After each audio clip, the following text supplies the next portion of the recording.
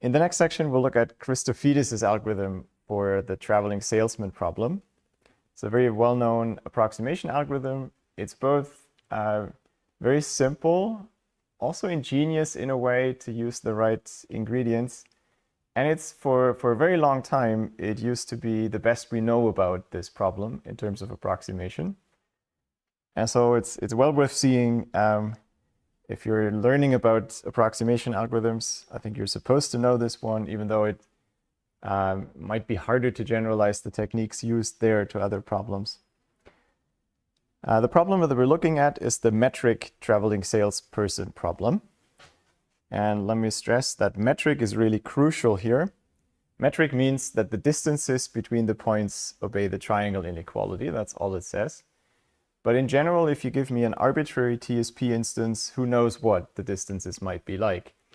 And in particular, you can show easily that you cannot possibly approximate a traveling salesperson with any good constant factor in the general case, because you can always reduce to a Hamiltonian path.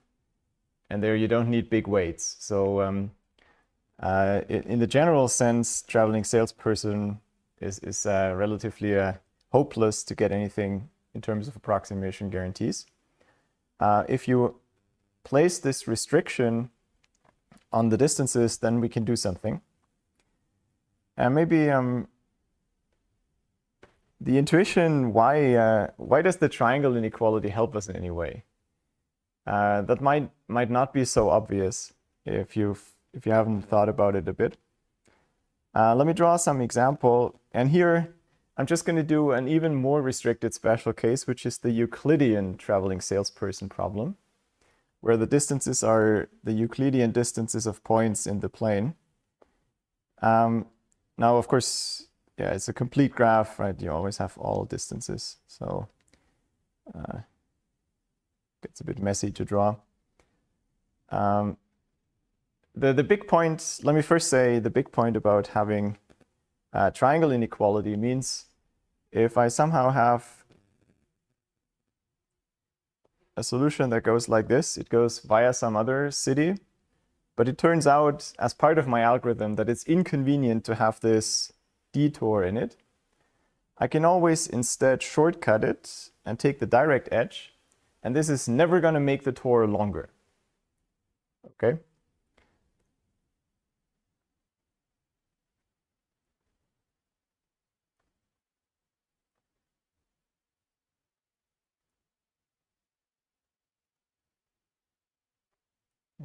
Nobody can read that.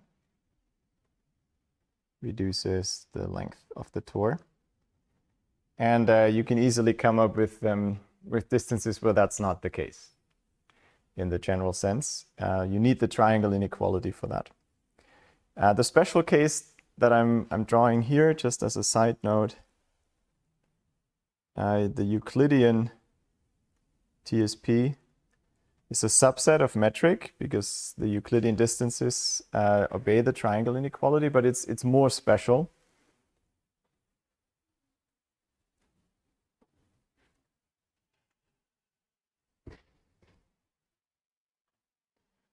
And so in a way, just as kind of general knowledge, even though we're not going to get into this, if you know that the distances are Euclidean, you can do better than Christofides' algorithm. In particular, there's a p-TAS even, so you can get arbitrarily good approximations, but then the time degrades with epsilon. But not so for metric. At least I think nothing's known. I don't know if this is proven.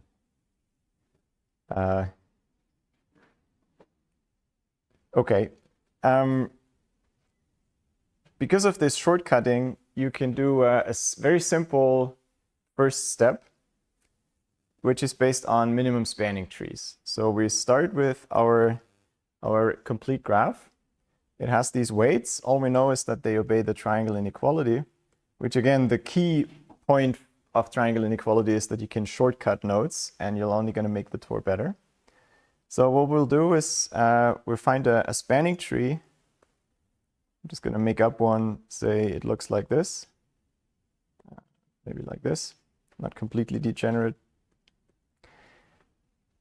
We compute this spanning tree, and now you're just going to walk outside around the spanning tree.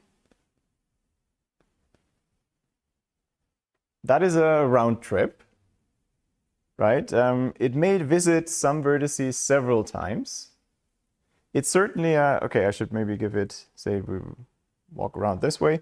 You can always do this in a tree, right? You can always walk around because this is a planar graph that's with a single face. And we're using exactly each edge exactly twice.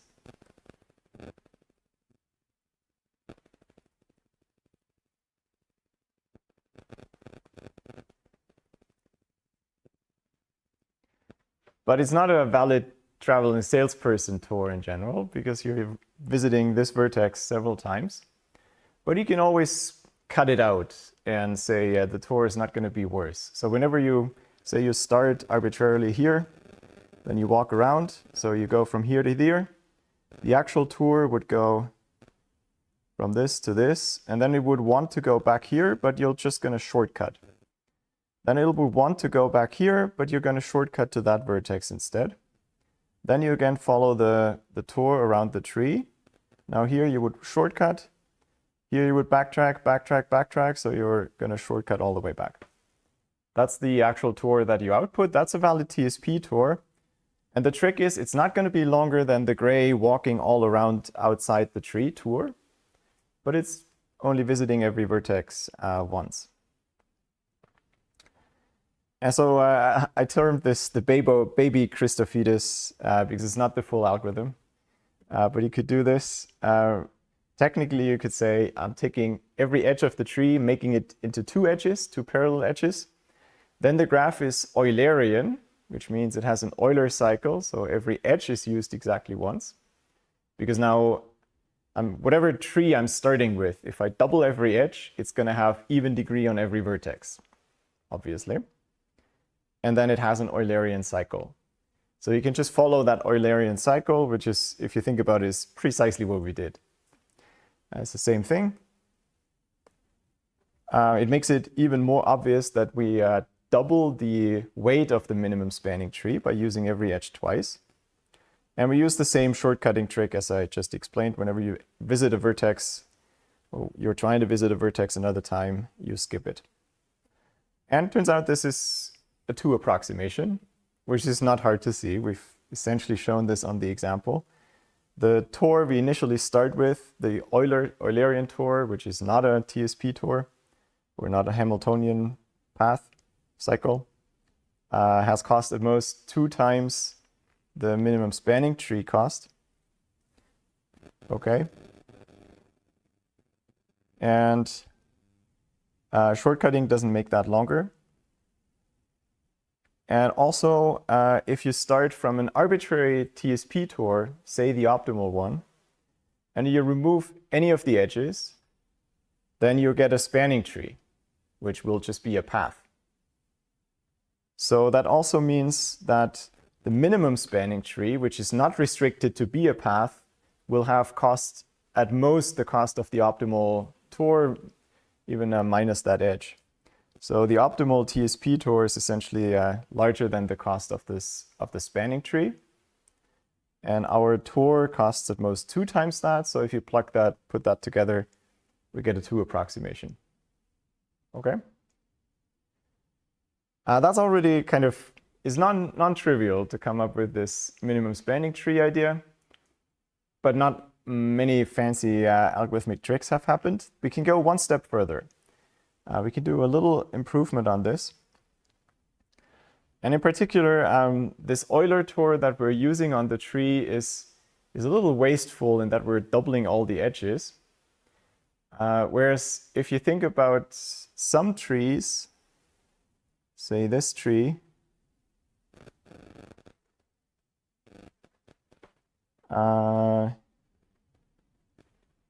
No, it's not a good example. Let's take the path. This is almost Eulerian by itself. You can, with well, for an Eulerian path, it already works. You can walk back here and then cycle.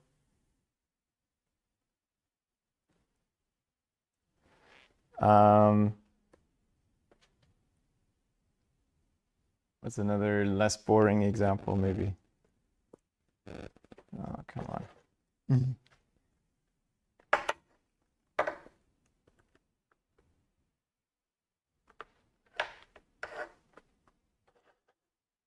Somehow I want to find out what this bug is that causes the cursor to vanish.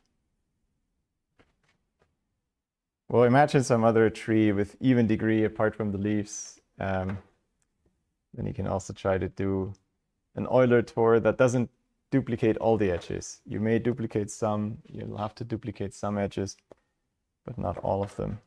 So the way to do that is to take your minimum spanning tree and then take all the odd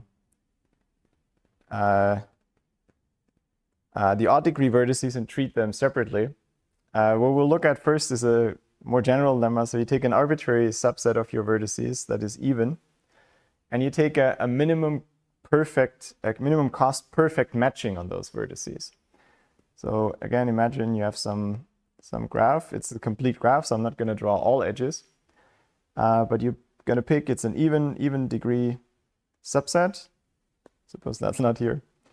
Or let's say it's here, but we only look at these are the vertices in V prime. Oops. What is this? Some old recording eventually kicked back in.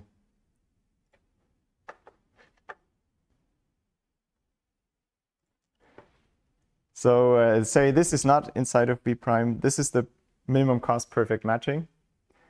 Then any kind of tour that you're going to make through this graph on this subset of V prime is always going to look like this, that you alternate between edges that are in this perfect matching and that are outside, and so you can bound the cost. More formally, so if you take C star to be the optimum TSP tour, and C prime is the tour where you restrict it on the edges, the vertices in your set V prime, and you shortcut all others. Then you have this kind of picture. This edge here is shortcutted. And then it has to be alternating between edges in the matching and edges outside. Because any kind of detour would be to a vertex that's not that's not matched in the perfect matching, so it can't be perfect. So that's not allowed. So this tour is alternating, well, first of all, yeah, by triangle inequality, we're not making the cost bigger. But this restricted tour is the disjoint union of two perfect matchings of V prime. And you can get, one is the one that you, whether or not you started with one, doesn't matter. You can get two perfect matchings from the optimal TSP tour by taking the odd and even steps. And it has to be an even degree. It's an even sized set, so you'll have an even number of edges. So this all has to work out. And then the cheaper of these two matchings, we don't know how the costs are distributed, but in total, their cost is at most that of the TSP tour. And so one of them has to have cost half of the TSP tour. All that's left is putting that together into an algorithm for the metric TSP problem. And that's Christofides' approximation. The algorithm works as follows. The first part is as we had it before. We've computed a minimum spanning tree in the graph. We find the vertices with odd degree in T. There has to be an even number of those by counting edges. And then in the same graph, but restricted to this subset of vertices v prime, you find a minimum cost perfect matching. Now, as a separate story, how to do that, you can do it in polynomial time. I think I mentioned that. In this case, the graph is complete, so there's always a perfect matching. The question is just to find the one with minimum cost. But that can be done. We're not going to get into the details how to do that efficiently. What's left is to put these two things together. And what you do is you just take the tree as is and augment it with this matching. So maybe we can do a tiny cartoon example of what that could look like. So suppose this is our spanning tree. Maybe it's a bit boring that it has only leaves of odd degree, so let's add this one.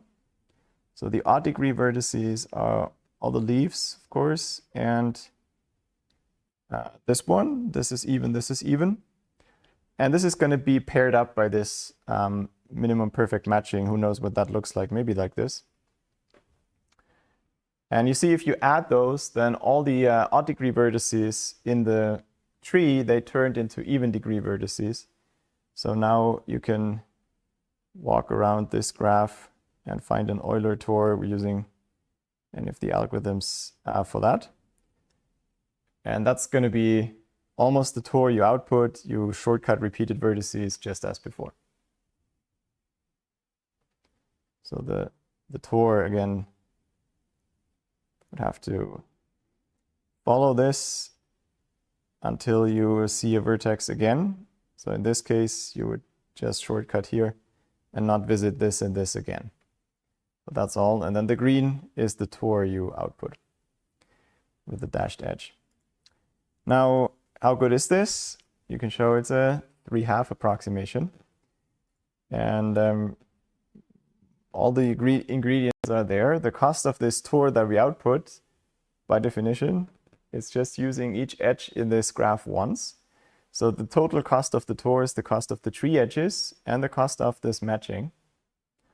And we've already bounded those in the right way.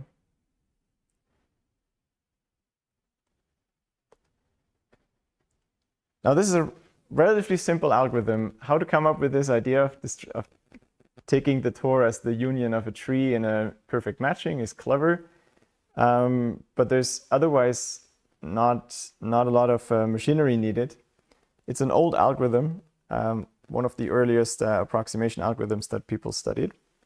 And for 50 years, it was almost 50 years, I guess, it was open whether you can improve this. And it turns out you can by a tiny bit. So there's a tiny constant, it's some non-zero constant, positive constant. So you can improve the approximation guarantee on metric traveling salesperson problem a little bit with a much more complicated algorithm. Just wanted to mention that it was essentially a PhD project, but of a very clever person, of course, but still. Sometimes these really fundamental problems find a solution from an unexpected angle.